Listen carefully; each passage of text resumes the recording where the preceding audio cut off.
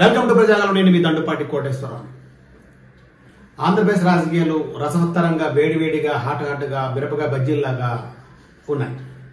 ఏంటప్ప మిరపకాయ బజ్జీలు ఎప్పుడు తింటారంటే తినడానికి కూడా కాదు. ఎందుకంటే ముందుగా మనం అక్కడ నుంచి స్టార్ట్ చేద్దాం.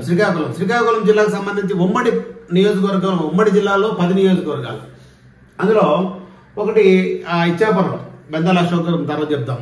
ఇక్కడ సీది అప్పలరాజు మినిస్టర్, ప్రెసిడెంట్ పశుసంవర్ధక శాఖ. ఇప్పుడు తెలుగుదేశం పార్టీ నుండి శివాజీ గారు 7 సార్లు, అంటే సోంపేట కాన్స్టిట్యూన్సీ ఉన్నప్పుడు, పలాస ఉన్నప్పుడు మొత్తం కలిసి 7 సార్లు ఆయన గెలవడం జరిగింది.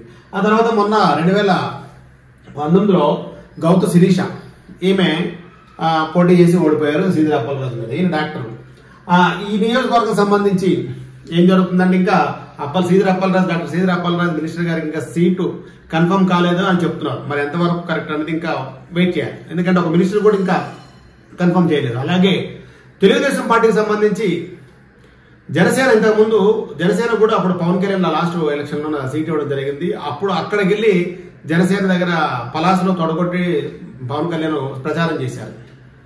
గౌతు శిరీషకును పవన్ కళ్యాణ్కి మాటల యుద్ధం కూడా జరిగింది. మేము లచ్చన్న గారి వారసులు అది ఇది అని చెప్పడం జరిగింది. కానీ ఇక్కడ ఏం జరుగుతుందంటే శిరీష కాకుండా శివాజీకి టికెట్ ఇస్తే ఛాన్సెస్ ఉన్నాయి.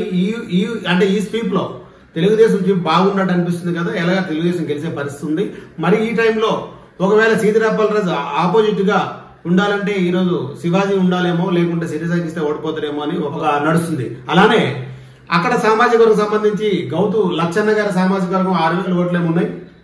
అట్లనే సీది అప్పలకు సంబంధించి అదృష్టవంతులు, ఎందుకంటే అత్తగారు ప్లస్ వీరు అంటే 2 సామాజిక వర్గాలు ఉన్నాయి. ఒకటి మత్స్యశాఖకారులు, తర్వాత తమిళ సీతారాం సామాజిక వర్గం. ఈ సామాజిక వర్గం 2 సామాజిక వర్గాలు ఆయన కొంచెం అనుకూలిస్తుంది. కొంచెం ఓట్ బ్యాంకు అటు ఇటు ఉన్నా సరే వాళ్ళకి కొంచెం సామాజిక వర్గం ఫీలింగ్ ఉంటుంది అని ఒక ఎగ్జాంపుల్ గా అనుకుంటున్నారు. చాలా దీని మీద చర్చలు జరుగుతున్నాయి. ఇకపోతే టెక్కలి నియోజకవర్గం సంబంధించి ఆంధ్రప్రదేశ్ రాష్ట్ర తెలుగుదేశం పార్టీ అధ్యక్షులు కింజరాపు అచ్చెన్నాయుడు, దువ్వాడ శ్రీనివాసరావు ఎమ్మెల్సీ, ఇప్పుడు ఈయన కన్ఫర్మ్ చేశారు టికెట్, దువ్వాడ శ్రీనివాసరావు. అయితే ఇక్కడ సామాజిక వర్గం కూడా కొంచెం ఇబ్బందికర పరిస్థితులు ఉంది. ఎందుకంటే అచ్చెన్నాయుడు సామాజిక వర్గం అక్కడ కొంచెం ఓట్లు తక్కువ ఉంటాయి, కానీ దువ్వాడ సింగ్ సామాజిక వర్గం, ఆ సామాజిక వర్గం ఎప్పుడు కూడా ఆ ఓట్లు ఎక్కువ ఉంటాయి. ఆ పరిస్థితి వేరే. ఇప్పుడు రాష్ట్ర అధ్యక్షుడు కాబట్టి కొంచెం అచ్చెన్నాయుడికి ప్లస్ ఉందని చెప్పుకుంటున్నారు. కొంచెం ఆయన కూడా ఈ మధ్యకాలంలో బుల్లెట్ అంటే రథయాత్రలు అవన్నీ చేయడం జరిగింది, చాలా బాగా ప్రెస్ గా జరిగింది. అట్లనే ఆ 2 నియోజకవర్గం, ఈ నియోజకవర్గం స్పెషల్ గా ఒక వీడియో చేయాలి. ఇకపోతే నర్సన్నపేట నియోజకవర్గం సంబంధించి ధర్మాన కృష్ణదాసు, బొగ్గు రమణమూర్తి, మాజీ ఎమ్మెల్యే, ప్రజెంట్ ఎమ్మెల్యే. కానీ ఇక్కడ ధర్మాన కృష్ణదాసు గాని వాళ్ళ కుమారుడికి గాని టికెట్ వస్తుందా లేదా, వైసీపీ నుండి ఇస్తారా లేదా. ఒకప్పుడు అందరూ వ్యతిరేకించినప్పుడు ధర్మాన కృష్ణదాస్ జగన్మోహన్ రెడ్డి ఎప్పుడున్నారు.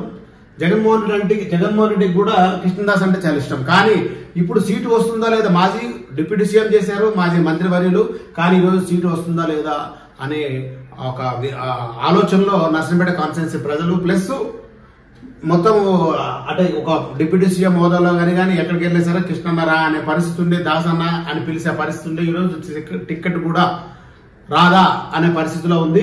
ఇకపోతే శ్రీకాకుళం, ఈ ధర్మాన కృష్ణదాస్ సోదరుడు ధర్మాన ప్రసాదరావు మంత్రివారు, ప్రజెంట్ మంత్రి. ఆయన కూడా ఇప్పటివరకు సీటు కేటాయించలేదు, ఎందుకో తెలియదు. మరి ఆయనేమో ఈ మధ్య కాలంలో అసలు చాలా విపరీతంగా విమర్శలు చేయడం జరిగింది చంద్రబాబు మీద, అందరి మీద. మరి ఇప్పుడు ఆయనకి టికెట్ వస్తుందా, వారి కుమారుడికి వస్తుందా. వీళ్ళిద్దరు ఈ కృష్ణదాసు ప్లస్ ధర్మాన ప్రసాదరావు ఇద్దరు సోదరులు, కుమారులు కూడా ఈ రోజు వారసత్వ రాజకీయాల్లో రావాలని చెప్పి టికెట్ ఆశిస్తున్నారు. మరి ఎవరికి వస్తుందని అదొక సందేశం. ఇకపోతే ఈ యొక్క మొత్తం శ్రీకాకుళంలో ఉమ్మడి 10 జిల్లాల్లో ఇప్పుడు మనం 3 నియోజకవర్గాలు చెప్పుకోవడం, 4 నియోజకవర్గాలు చెప్పుకున్నాము. అసలు వీళ్ళు ఎవరు గెలుస్తారు ఏంటి అన్నది కూడా చెప్తాం. ముందైతే వీళ్ళు టికెట్లు వస్తాయా రాదా. ఒకవేళ అంటే ఉమ్మడి 10 నియోజకవర్గాల్లో క్లీన్ స్వీప్ చేస్తారు టీడీపీ అని చెప్పి ప్రజలు అనుకుంటున్నారు.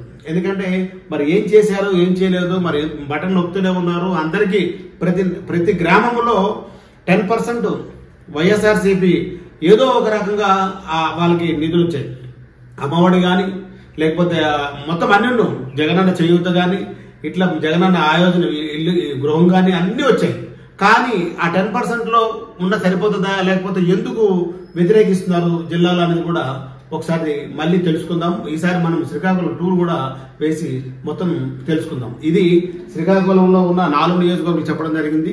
మిగతా మళ్ళీ మనం చర్చించుకుందాం. నేను మీ గంటపాటి కోటేశ్వర, అందరికీ నమస్కారం.